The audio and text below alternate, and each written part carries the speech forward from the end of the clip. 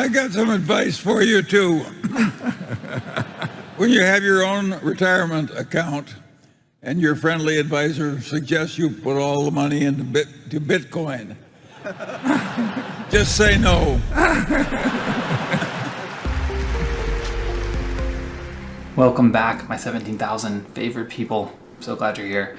I blocked a really hard shot in my competitive indoor soccer league last night with my jaw, so I hope I can speak clearly for you today. And I certainly hope I didn't lose too many brain cells. But if you think my comments on this subject here today are crazy, well, maybe you could blame that. Or probably you should just blame me.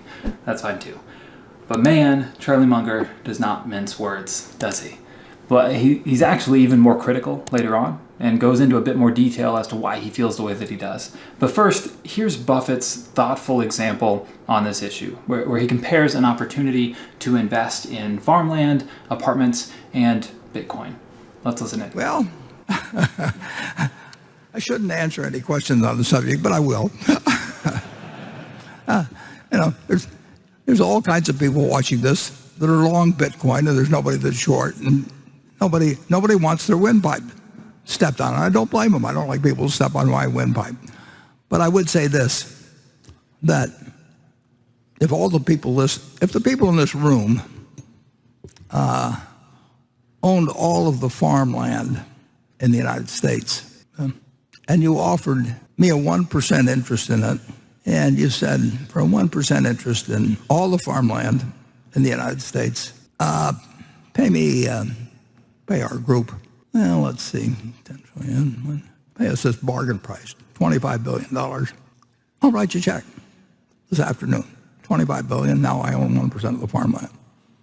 If you tell me you own 1% of the apartment houses in the United States, and you offer me a 1% interest, so I'll have a 1% interest in all the apartment houses in the country, and you want whatever it may be for it, then call it another $25 billion or something.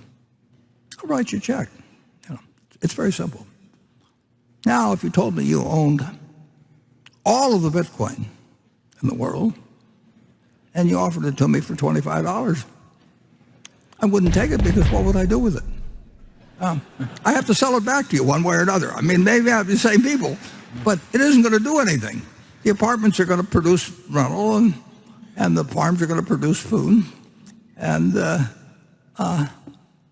if I've got all the Bitcoin, I'm back where whatever his name was, who may or may not have existed, was 15 years ago. If I've got it all, he could create a mystery about it.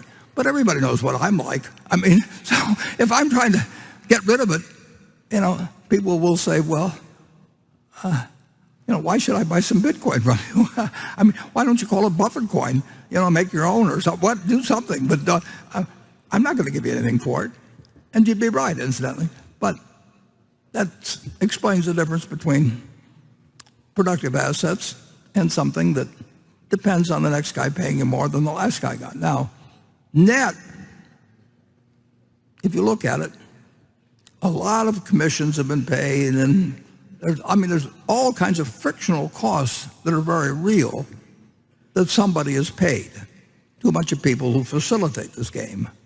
But whatever one group of the public has taken out, or one group of owners, has come in from other people. I mean, other people have entered the room and they move money around, but no money there's no more money in the room. It's just changed hands with a lot of maybe fraud and costs involved, and a whole bunch of things. You lose, you forget the numbers or forget the equation. You can do that with a lot of things. I mean, it's been done throughout history. Certain things have value that don't produce something tangible. I mean, you can say a great painting, probably will have some value 500 years from now. May not, but the odds are pretty good that if it was a big enough name, at some point, there will be a few things I mean, you can find something. If somebody wants to sell you a pyramid or something, and you can charge the viewers, or it'll be around a long time and won't produce anything. But people will find it interesting to go there because I've read about the pyramids. But basically, assets to have value, they have to deliver something to somebody. With those few deficiencies, you can, whether it goes up or down in the next year or 5 years, 10 years, I don't know. But the one thing I'm pretty sure of is that it doesn't multiply, it doesn't produce anything. It's got a magic to it, and people have attached magics to lots of things. I mean, the gold on Wall Street, create magic. We are not an insurance company, we're a tech company. Well, they're an insurance company, but a dozen people or so have raised a lot of money. They just don't pay any attention to the fact that we sell insurance. We are a tech company. Well, in the end, they wrote insurance, and overwhelmingly, they've lost a lot of money since then. You can make up things that work well in getting money from other people. And now, Buffett started that riff on Bitcoin explaining why people won't want to hear him out on this. And I, too, think this is really important. It's a big part of why I spent so much time challenging the mainstream investment industry in my book. Critical thinking, especially when it's in conflict with past decisions, is an incredibly valuable skill that many people struggle to master. Buffett goes on later in this portion of their annual meeting to talk about how tribal people have become these days. He says it's worse than any time he's experienced since he was a boy and the country was trying to recover from the Great Depression. He points out how dangerous tribalism can be for society. It's not a good quality. His point is, when you're a member of one tribe, you have your way of viewing things, and you tend to be pretty close-minded to any outside opinions, especially those that might imply you've made some mistakes, especially when they're mistakes that have to do with very important decisions in your life, like the investments you've chosen for your life savings. Or think about this. I've noticed this with parenting. For those of you who don't know, I have 4 wonderful children, and my wife and I try to be very intentional about how we raise them. There's nothing more important. But when we're talking to another parent who maybe has older children than we do, we don't volunteer all the things we're doing that we've decided are important and are in the best interest of our children. Because if they're doing something differently, parents occasionally get defensive. They react as though what we're doing is an assault on their decisions. For example, and I mean no offense if this does not align with the way you've raised your kids, but I think whether or not you have kids, it will bring clarity to Buffett's point here. So, for example, we significantly limit our children's screen time. And with 4 kids, and my wife homeschools all of them, so she's at home all day with all of them, that's not an easy feat. It's very tempting to just put them in front of a screen, a movie, a show, a game, whatever, so we can take a break. And I think everybody would agree, at least before you have children, that the less time your child spends in front of a screen, the better it'll be for their development. But it is hard. Yeah, so I understand why people let their kids sit in front of the screens. I understand why they start justifying more and more time each week, each day. Why they ultimately settle on some daily or weekly time limit instead of just cutting it out altogether, except for maybe the occasional family movie, maybe once a month or something like that. Think about it. That's an easy thing for me to discuss with someone who hasn't had kids yet. They can be like, yeah, that's awesome. I want to do that, or don't, but tell me more about your experience so that I can learn from you, right? But think about how much more difficult that exact same conversation could be with someone who has kids that are perhaps several years older than mine and who are addicted to screens. Ultimately, because of parenting decisions they made. If that person were to acknowledge that my philosophy on limiting kids' screen time is right, what does that say about them?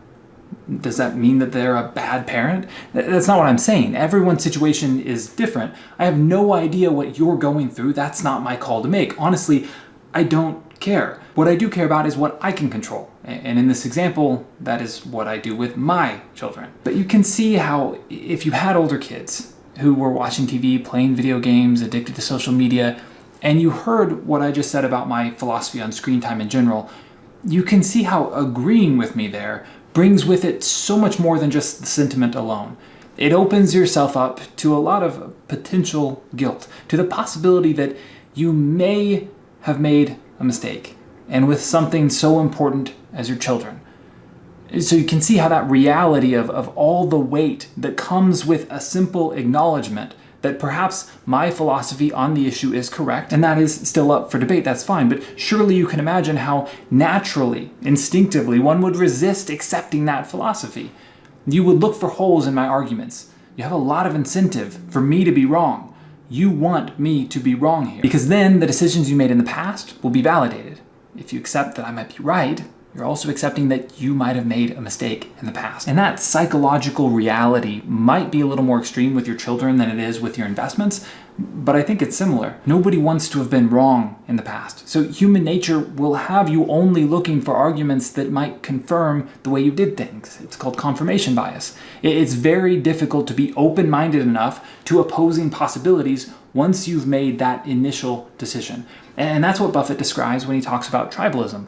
People who've already made the move into Bitcoin, and there are a lot of them, are intrinsically motivated, whether you realize it or not, to lift up any arguments that support your past decision, even if they're not even that strong, and to ignore and disregard any arguments that are to the contrary, even if they're incredibly solid and logical. I hope that makes sense now that I've offended every parent and Bitcoin holder. Now, Munger had a slightly different take, and I do disagree with him on a couple of these points here, but he's smart, so we should definitely hear him out, and you can piece it all together to come to your own conclusion. Here he is. Well, I have a slightly different way of looking at it. In my life, I try and avoid things that are stupid and evil and make me look bad in comparison with somebody else.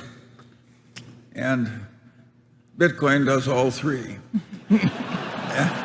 and in the first place, it's stupid because it's very likely to go to zero. The second place is evil because it undermines the Federal Reserve System and the national currency system, which we desperately need to maintain its integrity and government control and so on. And third, it makes us look foolish compared to the communist leader in China. He was smart enough to ban Bitcoin in China. And with all of our presumed advantages of civilization, we are a lot dumber than the communist leader in China. Yeah, and when 25% of the people of the country get mad because we've said what we've said today, just remember Charlie spoke last and was the most...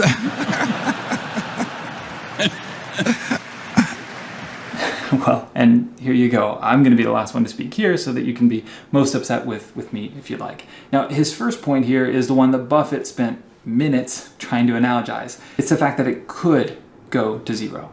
There's not actually anything there other than lines of code. There is no denying that if everyone decided that it wasn't worth anything, you couldn't use it for anything else. Thus, no one would be willing to buy it because they couldn't do anything with it.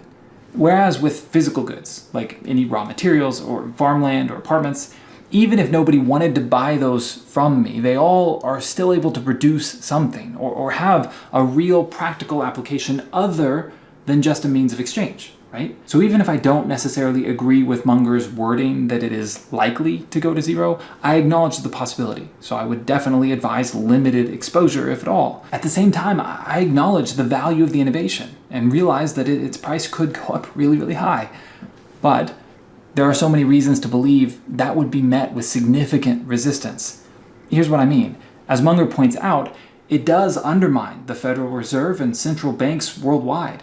And since they are the ones that hold the power right now, and they hold a lot of it, I can't imagine a situation where the governments around the world willingly cede that power they currently wield without a massive fight. You know, because it would effectively mean the death of the control that they at present have on the world. I'm not saying that would be a bad thing long term, but it would obviously be messy, painful, and I don't claim to know exactly how that would all play out. but it certainly does seem to not be cut and dry one way or the other. Now, I do disagree with Munger that the fact that it undermines our current currency makes it evil. I think that idea is oddly in conflict with many of the free market capitalistic ideals in which Munger otherwise believes. And I also disagree with his third point, although I do believe, given what I was saying earlier about central bankers' power, that as Bitcoin gains more and more traction, if it does, more and more governments will follow the leadership of China by trying to find ways to shut that down. That being said, once again, I believe that would be government overreach, and I don't think that's a sound precedent for any nation, despite what Munger seems to be suggesting here. But that's never stopped governments before. Anyway, you came here for Buffett and Munger, and I gave it to you. Those were all their comments from Berkshire Hathaway's annual meeting about Bitcoin. If you are actually interested in my thoughts on the subject, let me know in the comments, and maybe if there's enough support, I can create other videos on Bitcoin and cryptocurrency in general. If you haven't seen Buffett's thoughts on inflation, you should check those out right here. The man has a way with analogies, and given the state of things today, I think it's an important issue for everyone to understand. I hope to see you there. I wish you all the best. Take care.